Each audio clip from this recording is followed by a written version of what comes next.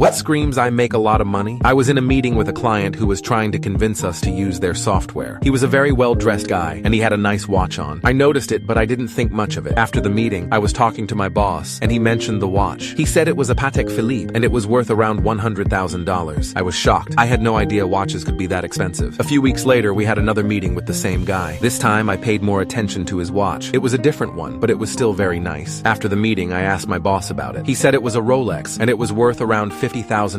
I was even more shocked. I couldn't believe this guy had two watches that were worth more than most people's cars. A few months later, we had another meeting with him. This time, I was really curious about his watch. I didn't want to be rude and ask him about it, so I waited until after the meeting. I asked my boss again, and he said it was a Richard Mille, and it was worth around $200,000. At this point, I was just in awe. I couldn't believe this guy had three watches that were worth more than most people's houses.